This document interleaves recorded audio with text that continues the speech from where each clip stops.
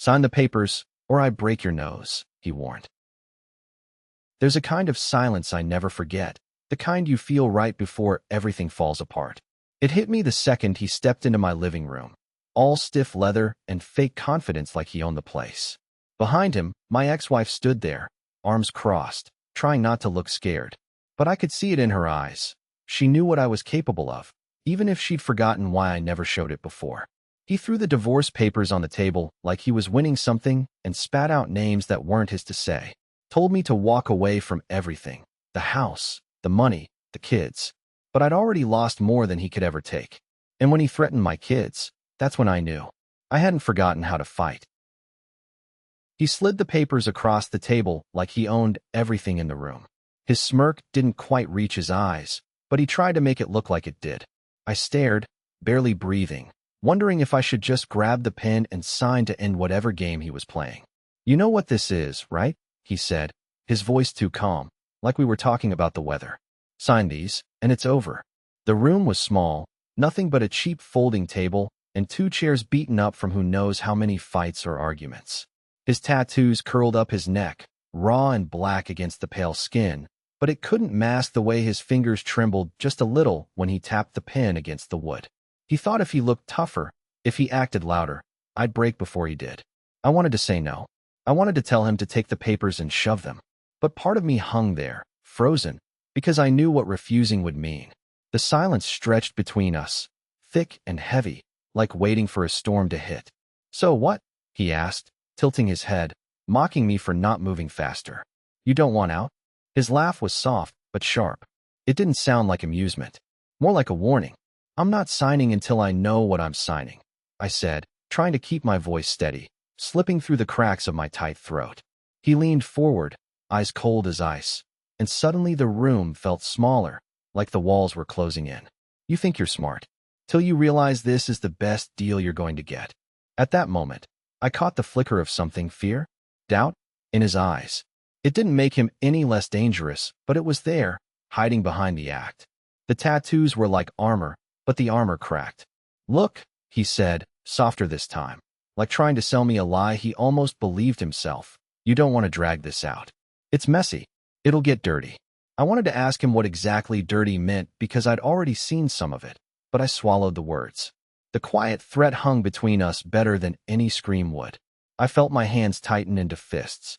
Anger bubbled beneath the surface, sharp but tangled with something else. The ache of knowing how deep this went. I wasn't just signing papers. It was like handing him a piece of my life back, knowing he'd use it against me. So, what? You're just going to sit there and stare? His voice snapped. I looked him dead in the eyes, not sure if it was courage or stubbornness. I'm not signing until I'm ready. He blinked. For just a second that felt like forever. The fake calm dropped, and something colder took its place. You're playing a dangerous game, he said low. And I'm the one who's winning. But I saw the flicker again. The crack in his mask. The room felt quieter than before, like the tension was a living thing, breathing between us. I didn't trust him. I didn't trust what would happen if I signed, or if I didn't. I thought maybe, just maybe, this wasn't about papers on a table. It was about control, about who broke first. And deep down, I wasn't sure which one of us would win. At first, we were good. I mean, we were in love, or something that felt like love. I remember thinking how lucky I was, how easy she was to laugh with. But it didn't take long before things started to slip. Not the big, obvious fights. Those came later. No, it was the little things. The way her smile stopped reaching her eyes. The way she'd look right through me like I was just background noise. I try not to notice it at first. You push those moments away because it's easier to pretend, easier than admitting you're not enough. But then, the warmth turned cold. Her compliments vanished, replaced by quiet jabs and words that didn't quite pack a punch, but left bruises. Like when she'd double-check my phone just in case. Not asking, but telling me what I'd done wrong before I'd even had a chance to explain. I'd fought in deserts and jungles, but I lost the war inside my own home. I used to tell myself it was just stress, or that maybe she was struggling with her own demons, but the truth was more complicated. Somewhere along the way, love turned to manipulation, and I was too worn down to see when it started. She stopped touching me. Not like before, where hands would wander and hold. It was like I didn't exist. When I'd reach for her, she'd pull away or make some offhand excuse about being tired. The bed felt enormous with her back turned, and the silence between us was thick enough to choke on. I remember nights lying awake, staring at the ceiling, wondering when I stopped being the man she wanted. Then the contempt crept in. So subtle, you almost didn't notice it at first. A sigh when I asked for help, a raised eyebrow when I tried to share something that mattered. The snap in her tone when I made a mistake. It was like she was rewriting how she treated me, page by page, removing the kindness, erasing the warmth. Once, she told me I was too sensitive for being upset about a comment she made in front of her friends. Like I was the problem for feeling hurt. And I started believing her. There's this cruel loop where you start to think maybe you're broken, maybe you're why the love faded. I tried talking, to fix it, to beg for whatever we'd lost. But every conversation ended in her shutting down or twisting my words until I was the one apologizing. I stopped fighting back. It felt pointless to argue with someone who already decided I was the enemy. The worst part was that I didn't hate her. Not really. I still wanted her to see me, to want me the way I once thought she did. That made it even harder to walk away later on. Maybe I should have seen the warning signs better. Maybe I should have left sooner. But sometimes, pain teaches you strength in ways pride never could. I spent so much time piecing together what went wrong, trying to find the moment where everything cracked. But I guess it wasn't one thing. It was a slow decay, a steady erosion until there was nothing left but grudges and cold looks. Looking back, I'm surprised I recognized myself anymore. The man she used to love disappeared under all the layers of shame and confusion. I was a soldier in a battle I never wanted to fight, losing not to an enemy but to the silence and sneers that took over our home. And yet I stayed, not because I was strong, maybe because I was scared. Scared of being alone, scared of admitting that love sometimes just isn't enough. When it all finally broke, when the last piece of me gave up on fixing what was lost, I thought that might be the end of it. The pain would stop, and maybe I could start over. But the echoes didn't fade. Not completely. Even now, they follow me in quiet moments, reminding me that some scars aren't visible, but they're always there, beneath the surface. I closed my eyes and I could hear them. Their laughter. That high-pitched, messy kind that spills out when you're playing hide and seek, or chasing each other around the yard. It wasn't just noise, it was everything. My son yelling, "Daddy, you can't catch me," and my daughter giggling, her little feet patting wildly as she ran. They didn't know much about the world yet, just a backyard full of sunshine and a dad who came home every damn time. I remember the day I got back from deployment like it happened yesterday. The house was silent when the door opened. But then, as soon as I stepped inside, they ran into my arms, so fast and sure, like no time had ever passed. They didn't understand what the metals pinned to my chest meant. They didn't care about the long nights or the things I'd seen. They just knew Daddy came home. I knelt down, catching their faces between my hands. "I promise," I said, "I'm always here. I'm going to protect you, no matter what." It felt like a vow made from something deeper than words could hold, something I needed them to feel, even if I struggled to believe it myself. They smiled up at me, their eyes bright with trust, and I held them tighter, like I could keep them safe just by squeezing harder. That promise kept me grounded when everything else was falling apart. When I was back in this war inside my head, trying to figure out how to be the father I swore I'd be.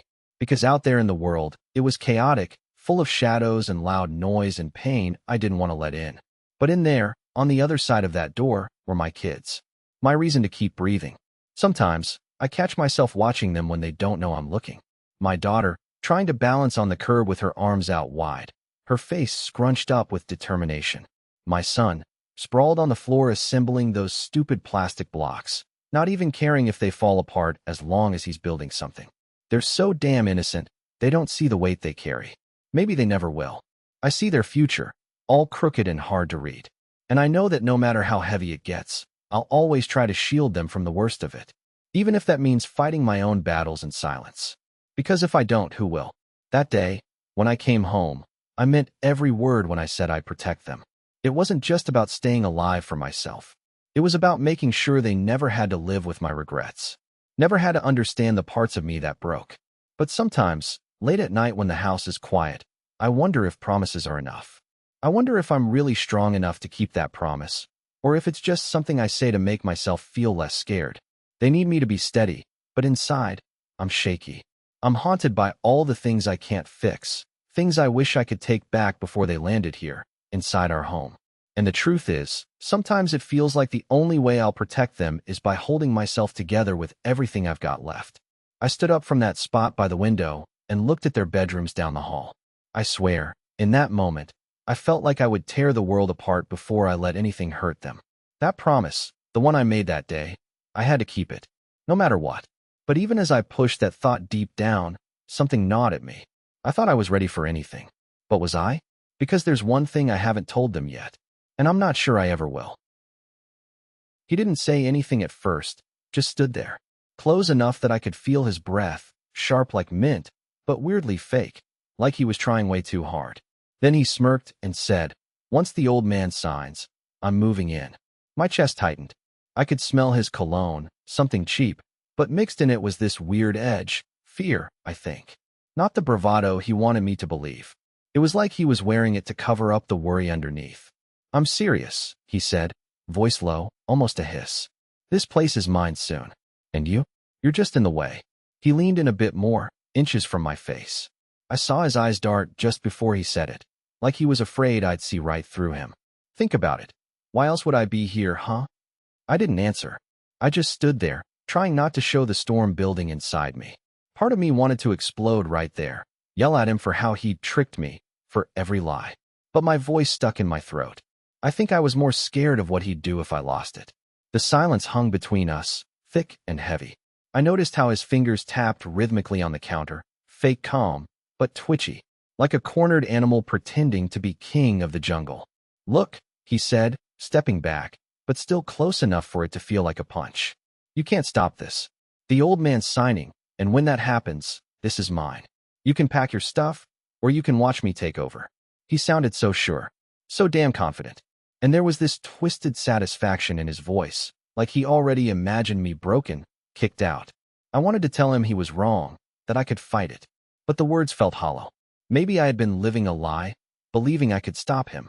There was that shame again, that creeping regret for letting it get this far. He took a step closer again, and I could see the sweat on his forehead, tiny droplets like he was nervous about losing control. But instead of backing off, he moved in sharper, like to close the last bit of space between us. Then he whispered, "You're not the only one who can play dirty." His words hit me hard, not because they were a threat, but because I realized how scared he really was. Not of me, but of what was coming. Of the life I still had here, that he wanted to snatch away. My hands clenched into fists.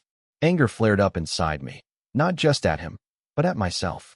For trusting, for hoping this nightmare wouldn't get worse, for letting the silence swallow my fight. I could feel my heartbeat pounding in my ears as I glanced at him one last time. He wasn't backing down. He wasn't going anywhere. And neither was the mess that was about to explode between us. We just stood there, breathing hard, the house around us suddenly feeling smaller, darker, like a trap. He smiled that crooked smile again, but it didn't reach his eyes. I thought, maybe this is it. Maybe everything's about to change, and I have no idea how to hold on anymore. I remember standing there, frozen for a second, heart hammering in my chest, finally forcing myself to speak up. I said it quiet, just enough for him to hear. "Walk away." Not angry, not pleading, just flat, like I was warning a stranger crossing the street wrong. But it was him, my boyfriend. He laughed, not a little chuckle, but this loud, crooked laugh that made the hair on my arms stick up, like he was daring me to do more than say words. Then, his voice pushed up a notch. "Or what?" he said, grinning, like he thought this was some joke. Behind him, I caught my wife's face. She was smirking, like she was watching a game unfold she already knew the ending to. I felt something twist down in my stomach. That smirk made it worse. It was like they were on the same side, somehow. I took a breath. I'd already made my decision in that moment, but I gave him one chance, not because he deserved it, but because my son was upstairs, sleeping, and I couldn't let this blow up with him in the house. So I kept my voice low, steady, like ice. "I'm serious. Just walk away."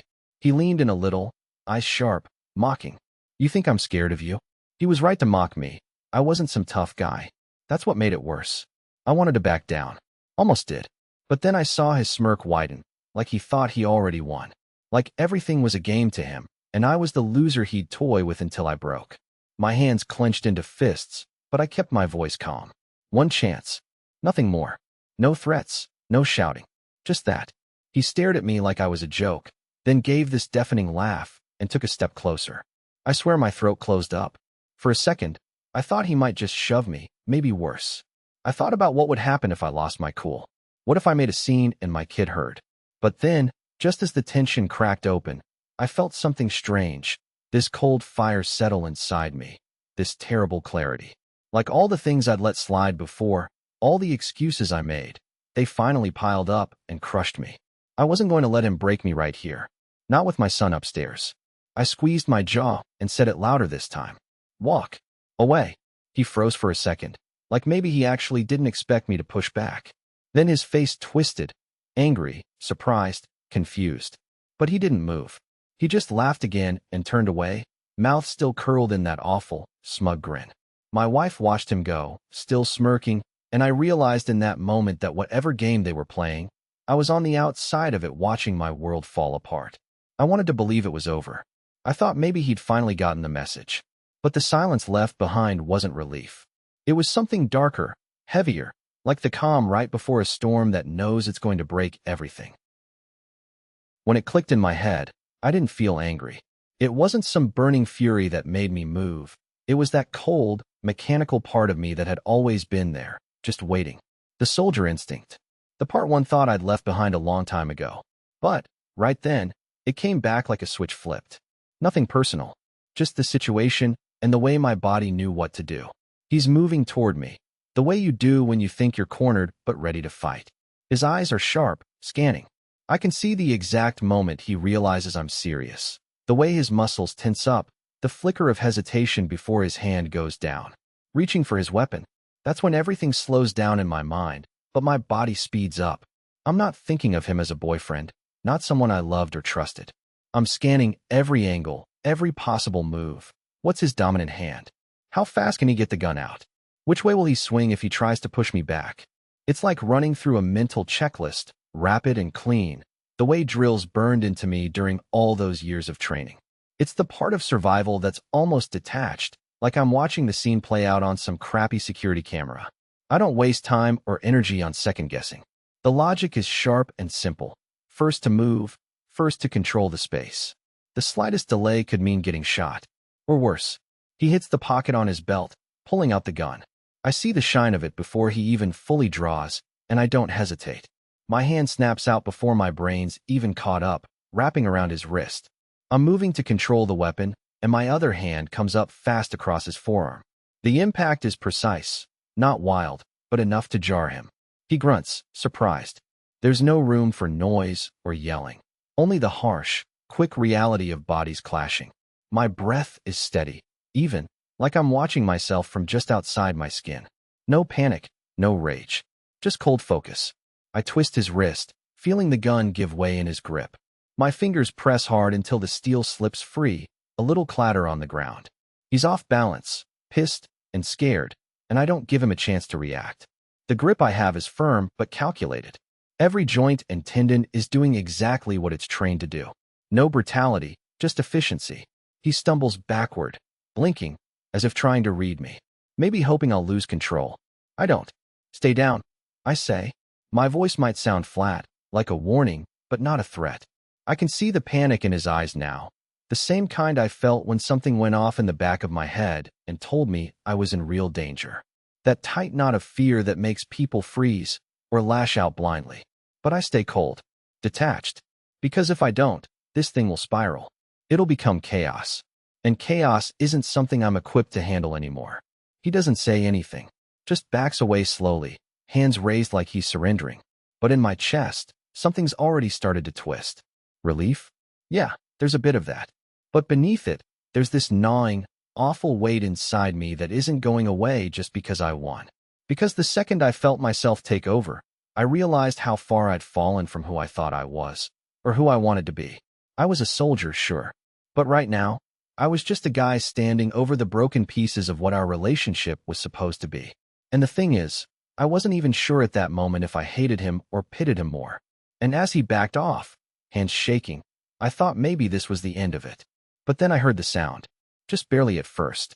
A little noise, like the sharp edge of something sliding or clicking, and it wasn't coming from him. It was behind me.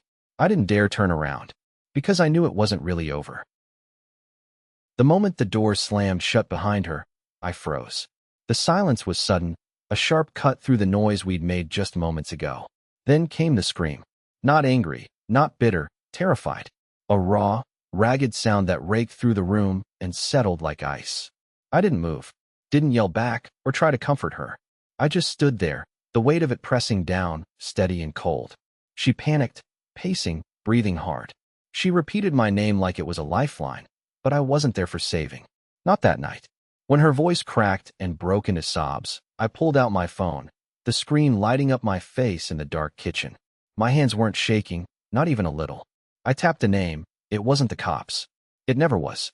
I dialed an old contact, someone who owed me favors and knew how to clean up wreckage without questions or witnesses. The call went through on the 5th ring. I heard a voice on the other end, low and familiar. No introductions needed. We both knew why I was calling. It's time, I said, my voice steady and flat. You know what to do. There was a pause. Then, understood. When? Now? I'm waiting. The line went dead before I could say anything else. I hung up, tucked the phone away, and turned back toward the door. The silence inside felt suffocating, like the walls were shrinking in. She was trembling now, half on the floor, eyes wild and searching. I barely looked at her. I didn't want her fear to get inside me. It wouldn't. Not tonight. I didn't need to hide what happened. I just needed it to disappear. There was a rhythm to what needed to happen next, a procedure I'd followed more times than I wanted to admit. Clean up the mess, erase traces, make the problem vanish before it could grow. No questions, no drama. Control. That was all that mattered. I grabbed a rag from under the sink, wiped down the counter, the handle, wherever her handprints might have left a trace. The kitchen smelled like alcohol and sweat. My own breath tasted stale. I could still hear her shouts rattling in my skull, but I ignored them, focused on work. Time slipped by, punctuated by the occasional buzz of my phone in my pocket, waiting for the green light. Every minute dragged me deeper into something darker, but I didn't flinch. Here, there was no chaos, only cold, clinical efficiency. I was the eye in a storm I couldn't stop. And then the knock came, soft but urgent, a sound that promised whatever nightmare I'd just created was about to get real consequences. I didn't answer right away. I stood frozen for a moment, listening to the quick breaths that shook the room like a storm about to break. The knock came again, harder this time. I'm coming, I said, voice low, like a man stepping off a cliff. The door swung open, and a shadow slipped inside without a word. No introductions, just a nod and a look that said everything needed to be done, now. I could hear her screams growing distant, fading under the weight of what was to come. I tried not to think about how deep this mess dug into my life, about the pieces I was breaking off of myself just to keep standing. They were here now. It was no longer my problem to fix. I thought maybe this was the end of it, but the quiet after that knock felt heavier than the screams. I still remember that day like it's burned into my brain. It was the last mission I ever had overseas. Black Ops stuff. Nothing that ever made it into the papers, just chaos and shadows. We were deep in this mess, and everything was collapsing fast. Buildings falling, gunfire everywhere. I was moving with my team through a narrow alley when I caught sight of him. A kid, no older than 8, scrubbing dirt off his face, frozen in the middle of the chaos. He wasn't running, just standing there like he was waiting for something bad to happen. I can't explain why I did it. Part of me wanted to believe that even in all that madness, that kid deserved a chance. So, I dropped my gear and called him over. He was hesitant at first, who wouldn't be? But when I crouched down and held out my hand, something in his eyes shifted. Maybe hope, maybe just confusion. I grabbed his hand and pulled him with me without a word. The worst part was getting him out. We had to cross this open street that was basically a kill zone. I could hear the shots snapping all around us. My heart was pounding so loud I thought it'd give me away. Every step felt like it could be the last for either of us. I kept his hand tight in mine, whispering, almost there, though I didn't even know if we would make it. When we finally got him to safety, to a medical unit set up on the edge of the city, I sat back and looked at him. This kid, dirty and scared, shook up but alive. He reminded me so much of my own son. Same wild eyes, same stubborn set to his jaw even when he's scared. It stopped me cold because for the first time in a long time, I realized what I was really fighting for. All those missions before, the ones where I shut off every part of myself to hunt targets or survive, it hit me then that none of that mattered. Nothing but this moment, saving that kid, mattered. It was like seeing my son's face in the chaos stripped away everything else. For so long, I thought being ruthless was the key. But right there, holding that boy's hand, I learned the only mission that ever mattered was the one at home. The medics asked me to stay, to answer questions, but I was done. I left that place behind. I wanted to go home. I wanted to stop living in that gray blur between action and survival and start being a father again. The kid never knew who I was, and I never saw him again after that day. But every time I think about him, I'm reminded what I lost in all those years running operations and hiding behind orders. Maybe that's why I fought so hard after coming back. Not for medals, not for approval. It was for a chance to be something better, someone my son could rely on. I wasn't perfect. Far from it. Sometimes I wonder if I'm making up for lost time or just running from the guilt of how many things I couldn't save. But that mission, it stayed with me. It was this hard, sharp moment where everything became clear. I never told anyone about that boy, not my team, not the commanders. It felt too personal, like admitting weakness in a life that demands strength. But the truth is, saving him was the only victory I ever really needed to feel alive again. I learned then that the things we fight in the world can't compare to the fight we have inside ourselves to hold on to what matters. That memory used to give me peace.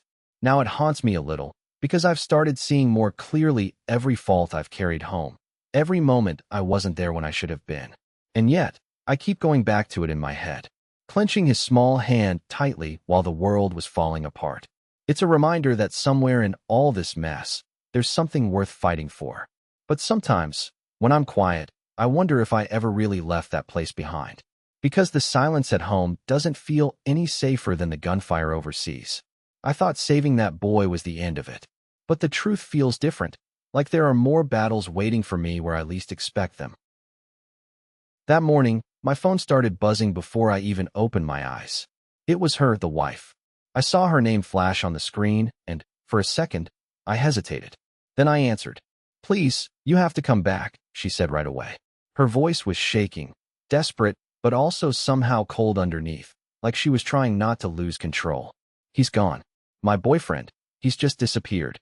I sat up, rubbing my face with one hand, trying to steady myself. I'd imagined this moment 1,000 times, but hearing it for real knocked the air out of me. "I don't understand," I said, keeping my voice as steady as I could. "What do you mean gone?" She swallowed hard, taking a breath like she was trying to rally whatever dignity was left. "I think he knew what I might do. I think he left to get away from all this." She exhaled sharply, like the weight of everything just crashed down on her. The control flipped. "You have it now." I could almost hear her trying to convince herself of that last part. "Listen, you can't just walk away from this. We're raising our boy together, remember? He doesn't know what's going on, but he will. We owe it to him." The words made my skin crawl. "We," I said. "There's no we anymore." She laughed then. Not a real laugh. Something forced, brittle. "Oh, come on. That irony's almost funny, isn't it? You getting your victory, whatever this is." Her voice cracked, like she was holding back tears or rage. "You think this makes you better than me?" I didn't say anything for a moment. The silence grew heavy between us. Something inside me wanted to respond, to argue, but the truth was, none of it felt like a victory. Not really.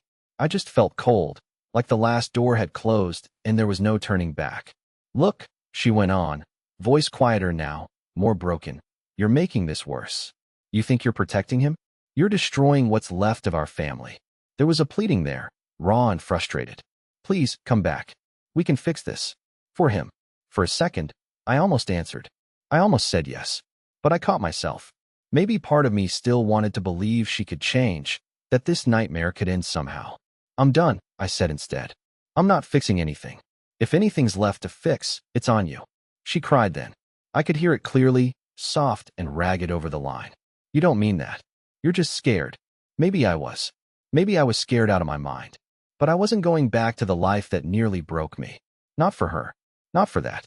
When I hung up, the quiet in the room hit me like a punch. The house felt different. Empty in a way that was final. I sat there with the phone still in my hand, the weight of what just happened settling in.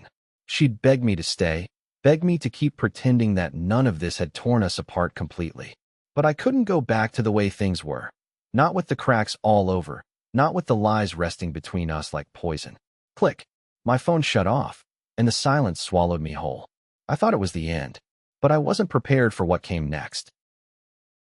I remember that morning so clearly, holding his hand as we walked to school. It was quiet in a way I hadn't felt in years, like the air itself had softened around us. There was no yelling, no slamming doors, no tension thick enough to choke on. Just the sound of his footsteps next to mine and the occasional bird chirping from the trees lining the street. I kept looking down, watching his little fingers wrapped around mine, and it hit me how real this moment was. I wasn't bracing for an argument or trying to stop myself from snapping back. It felt reckless almost, just breathing without that tight knot of dread always sitting in my chest. For the first time in forever, I wasn't shaking on the inside or wondering what I'd have to defend next. The walk was slow. He pointed at a squirrel scampering across the sidewalk, and I smiled, letting myself lean into a sense of calm I wasn't used to. I thought maybe I'd be happy here, that this was some sort of victory, but it wasn't simple. I didn't win anything. I just stopped losing. Sometimes I catch myself thinking about all those nights I lay awake, heart racing, wondering if the next day would bring a fight, if I'd have to protect him or shield myself again. And now here we were, just two people walking to school, the weight of everything off our shoulders, even if only for a little while. I don't want to pretend it's all fixed, though. The silence between us, this peace, feels fragile, like it could shatter if either of us makes a wrong move. But still, it's better than the noise. It allows me to remember the kid he is underneath all the chaos, the kid I wanted to keep safe all along. As we reached the school gates, he turned and smiled, like nothing heavy was dragging him down. That smile felt like a promise, or maybe the first real moment I had of hope in a long time. I crouched down and kissed the top of his head, whispering, "I'm here." He grabbed my hand tighter for a second, then ran off with his friends. I stood there, watching him disappear into the crowd, and a strange calm settled inside me. Part of me wanted to keep holding on to that moment, but I knew I had to let go. I took a deep breath and started walking home alone, feeling lighter than I have in years. The war was finally over, but I'm not sure what comes next. Maybe I'm just too scared to hope, or maybe this. The silence, the peace, that was the only win I needed. I didn't say it out loud then, but I knew it in that quiet morning glow. I didn't have to fight anymore. I just had to keep him safe from everything else. And maybe that was enough.